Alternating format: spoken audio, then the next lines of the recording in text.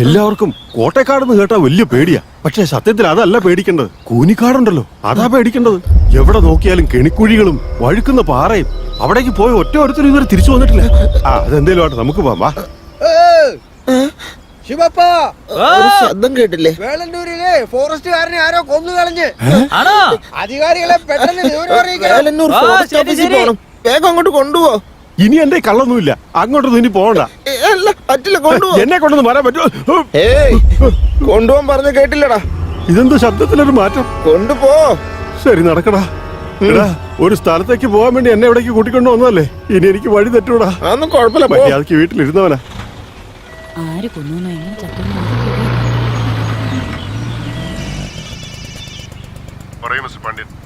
വേളാനൂരിന്ന് body ആംബുലൻസിൽ താഴേക്ക് കയറ്റി വിട്ടിട്ടുണ്ട്. 4 മണിക്കൂറിനകത്ത് എത്തും. പോസ്റ്റ്മോർട്ടം ചെയ്ത് റിപ്പോർട്ടൊന്ന് അയച്ചാൽ മതി. നിങ്ങൾക്ക് പോലീസ് പ്രൊട്ടക്ഷൻ എന്തെങ്കിലും ആവശ്യമുണ്ടോ? ഏയ് വേണ്ട സർ, അതിന്റെ ആവശ്യമൊന്നുമില്ല, ഞാൻ നോക്കിക്കോളാം. എനിക്ക് റിപ്പോർട്ട് മാത്രം ഒന്ന് അയച്ചാൽ മതി. Thanks sir. നടന്ന സംഭവങ്ങളൊക്കെ ഞാൻ പറയേണ്ടതെന്ന് അറിയാലോ. അതുപോലെയൊക്കെ എനിക്ക് സംഭവിക്കാതിരിക്കണമെങ്കിൽ നിങ്ങൾ വിചാരിച്ചാലേ നടക്കൂ. എനിക്ക് വേണമെങ്കിൽ എൻ്റെ വീടിന് ചുറ്റും പോലീസ് കാവൽ വെക്കാം. പക്ഷെ എനിക്കതിൽ വിശ്വാസമില്ല. നിങ്ങളെനിക്ക് വിശ്വാസം അറിയാലോ. ഇന്നൊരു രാത്രി രക്ഷപ്പെട്ട് കിട്ടിയാൽ മതി, പിന്നെ എന്നെ ഒന്നും ചെയ്യാൻ പറ്റില്ല. സാറിന് എന്ത് സംഭവിച്ചാലോ അത് ഞങ്ങളെ മറികടന്ന് വേണം സംഭവിക്കാൻ. കത്തി, കമ്പ്, കോടാലി എല്ലാം എടുത്തോണ്ട് സാറിന്റെ വീട്ടിലേക്ക് പോകാം. വാ മുത്തു. സാറേ ഇങ്ങുവാ. പിന്നെ വേറൊരു കാര്യമുണ്ട്. തനിക്ക് പരിചയമുള്ള ആരെങ്കിലും പ്രേതത്തെ ഓടിപ്പിക്കാൻ പൂജ ചെയ്യുന്നവരായിട്ടുണ്ടോ? ഉണ്ട് സാറേ.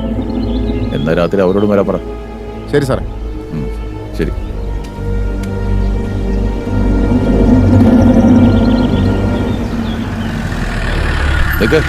നീ എന്താ ഇവിടെ? എന്താ സാറേ, നാട്ടുകാർ പലതും പറയുന്ന കേട്ടല്ലോ. സാറിന്റെ കൂടെയുള്ള ആള് ചത്തുപോയെന്നൊക്കെ. അവ മരിച്ചു. ഒരു പിടിയും കിട്ടുന്നില്ല. എനിക്ക് ഒരു ദിവസം ബാക്കിയുള്ളൂ പറയുന്നത്. ഇന്നത്തെ ഒരു രാത്രി എങ്ങനെയും രക്ഷപ്പെട്ട പിന്നെ പ്രശ്നമല്ല. നിന്റെ നാട്ടുകാരോട് വരാൻ പറഞ്ഞിട്ടുണ്ട് കാവല് നിൽക്കാൻ. എന്നാ പിന്നെ നീ വന്നേക്ക് രാത്രി അങ്ങോട്ട്. നീ എൻ്റെ അടുത്തുണ്ടെങ്കിൽ പിന്നെ സമയം പോകുന്നറിയില്ല. അതുകൊണ്ടാ. അവിടേക്ക് എന്റെ ഗ്രാമത്തിലുള്ള ആൾക്കാർ വരുമെന്നല്ലേ പറഞ്ഞേ, പിന്നെ ഞാനെങ്ങനെ വരാനാ? അതൊന്നും നീ വലിയ കാര്യമാക്കണ്ട. പുറകിൽ വാതിൽ വഴി കയറിയാ പോരെ. നീ എന്തായാലും വരണേ, നിനക്ക് വേണ്ടി കാത്തിരിക്കും ഞാൻ. വരില്ലേ? എന്നാ പോട്ടെ.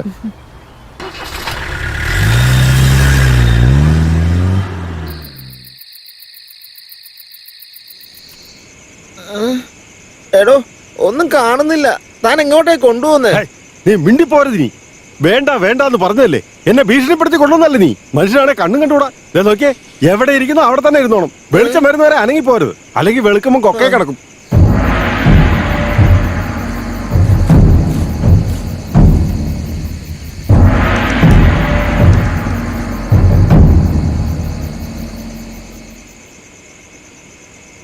കാരണം നിങ്ങളുടെ മരണം നിശ്ചയം.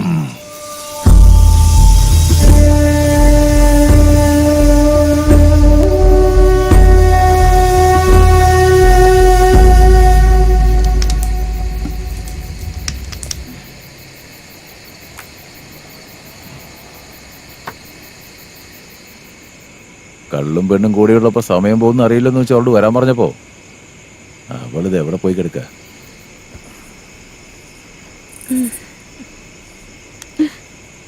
പക്ഷെ ഇങ്ങനാണെങ്കിൽ എഴുന്നേറ്റല്ലോ. ഇനി എന്താ ചെയ്യാ? ഇനി ഇവിടുന്ന് പോയി ഇയാൾ ഉറപ്പായിട്ടും പിടിക്കും. തൽക്കാലം കിടന്ന് ഉറങ്ങുന്ന നല്ലത്.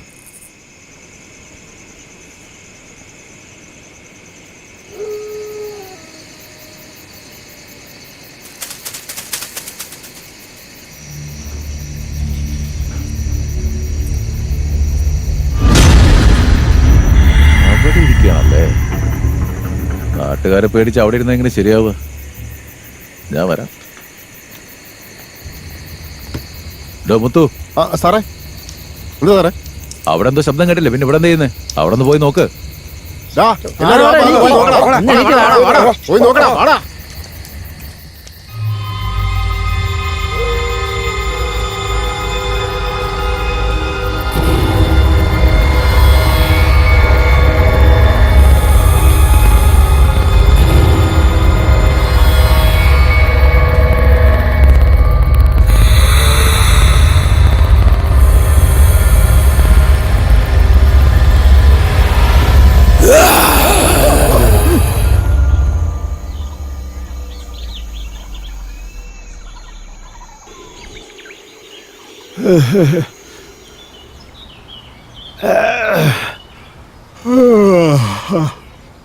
വെളിച്ചം വന്നല്ലോ.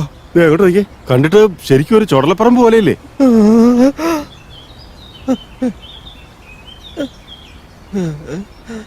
എടോ എന്താടോ ഒന്ന് എഴുന്നേറ്റ് വന്നേ.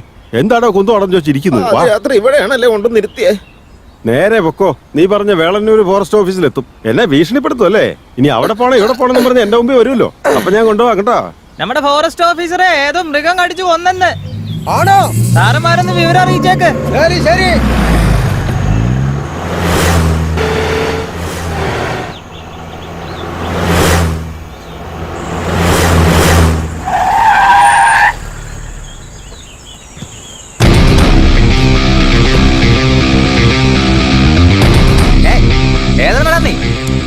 Kamal Srinivasan IPS special team crime branch. ഡോ, ഇവിടെ നടക്കുന്ന കൊലകൾക്കും തനിക്കും എന്താ ബന്ധം? എവിടെ വന്ന് ആരോടാണ് സംസാരിക്കുന്നത്?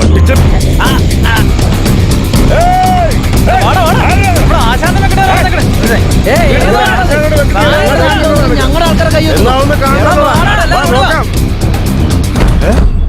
ഇമാർക്ക് ഏതാടാ കയ്യില് തോക്ക്?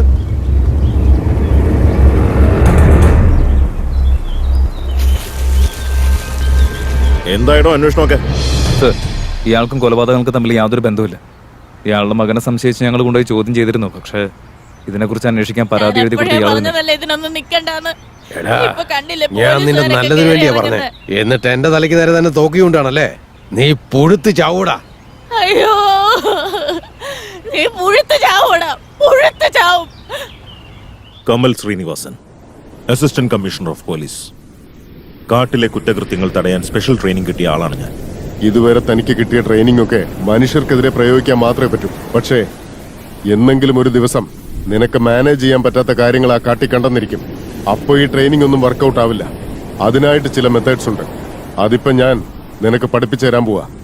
ഇത് യൂസ് ചെയ്ത് നിന്റെ മുമ്പിൽ കാട്ടിലെ ഒരു ഭീകര ജീവി വന്നാൽ പോലും നിനക്കതിനെ എതിർക്കാൻ സാധിക്കും. അതിപ്പോ കയ്യിലൊരു ആയുധം ഇല്ലെങ്കിൽ പോലും.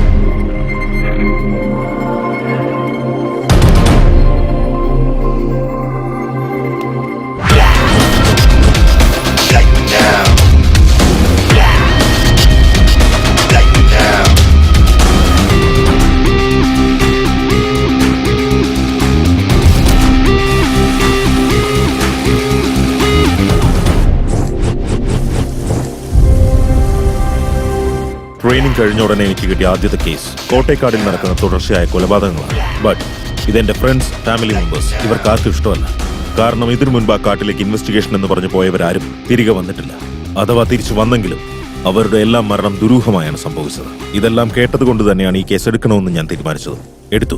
ഇത് കുറച്ച് കോംപ്ലിക്കേറ്റഡ് ആയ കേസ് ആയതുകൊണ്ടാണ് ഒരു ടീം ഉണ്ടാക്കി ഇൻവെസ്റ്റിഗേഷൻ വേറെ രീതിയിൽ ആരംഭിച്ചത്. ആ സമയത്താണ് കതിരവന്റെ ഫാമിലിക്ക് മേലെ എനിക്കൊരു ഡൗട്ട് വന്നത്. ഇൻവെസ്റ്റിഗേഷൻ നടത്തിയപ്പോൾ അവരും അല്ലെന്ന് മനസ്സിലായി. കോട്ടേക്കാടിൽ നടന്ന കൊലകൾ പോലെ വേലന്നൂരിലും 2 ഫോറസ്റ്റ് ഓഫീസേഴ്സ് മരണപ്പെട്ടിട്ടുണ്ട്. ഈ കൊലപാതകങ്ങളുടെ എല്ലാം പിന്നിൽ ആരാണ്? അതിനുള്ള മോട്ടീവ് എന്താണ്? സദാശിവ, അയാളെ വിട്ടേക്ക്.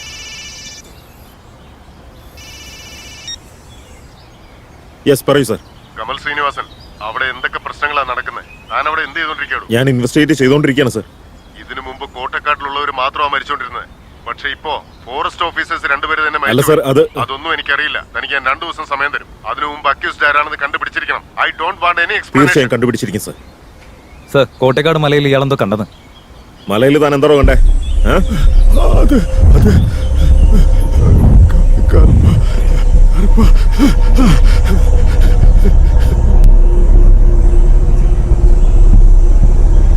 എടോ സദാശിവ, ആ മലയിൽ അതിന് മാത്രം എന്താ ഉള്ളേ? അത് കണ്ടുപിടിക്കാതെ ഞാൻ അടങ്ങില്ല.